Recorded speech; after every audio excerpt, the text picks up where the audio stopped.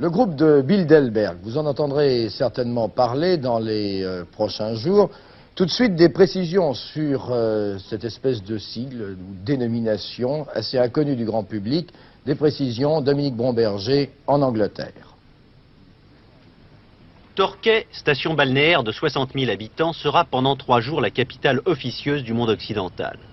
Pour sa 25e rencontre, le groupe de Bilderberg doit, selon la déclaration faite à TF1 par l'ancien Premier ministre britannique Sir Alec Douglas-Home, étudier les problèmes économiques de l'Occident.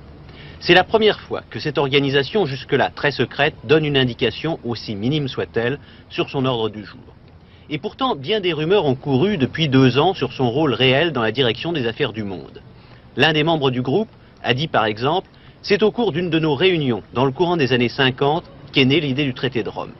La liste de ceux qui ont été sélectionnés par le comité directeur pour participer à l'une ou à l'autre des rencontres, du genre de celle qui aura lieu à l'Imperial Hotel de Torquay, inclut presque tous les chefs d'État ou de gouvernement du monde occidental, dans un éventail qui va du centre-gauche à la droite, choisis parfois à un moment de leur carrière où ils n'étaient dans leur pays qu'une étoile naissante de la politique. Gordon Tesser a été le premier journaliste à révéler dans le Financial Times les activités du groupe. Il est possible, et cela semble même certain, que si l'on a été sélectionné pour participer à une rencontre du groupe de Bilderberg, il y a une sorte de courant qui vous entraîne vers les sommets du pouvoir. La plupart des gens qui se sont rendus à ces réunions accèdent à des postes de haute responsabilité dans les allées du pouvoir des premiers ministres ou des ministres de haut rang, par exemple.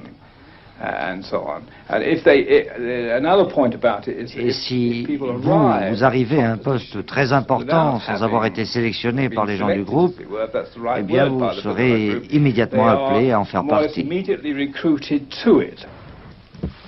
Les 22, 23 et 24 avril se retrouveront dans cet hôtel de Torquay, gardé d'un côté par des falaises abruptes, de l'autre par des forces de police impressionnantes, des chefs de gouvernement tels l'allemand Helmut Schmidt ou le suédois Faldin, des ministres importants tels le britannique Healey, des personnalités de la politique comme Henry Kissinger ou Margaret Thatcher, du monde des affaires comme David Rockefeller et même du syndicalisme. Mais il n'y aura à l'issue de ces conversations ni déclaration ni communiqué. La réunion de cette année constituera un tournant dans l'histoire du groupe de Bilderberg. Que la date et le lieu de cette réunion aient été connus à l'avance constitue en effet un événement sans précédent, que ce soit à la suite d'indiscrétions voulues ou non. Mais cette constatation ne répond pas à la question essentielle. À quoi sert le groupe de Bilderberg? S'agit-il simplement d'un forum où les grands du monde occidental se retrouvent pour échanger leurs idées et éviter entre eux tout malentendu? Ou bien est-ce un lieu de rencontre où l'on élabore des décisions qui engagent l'avenir du monde occidental? Cela dans le secret et en dehors des procédures normales.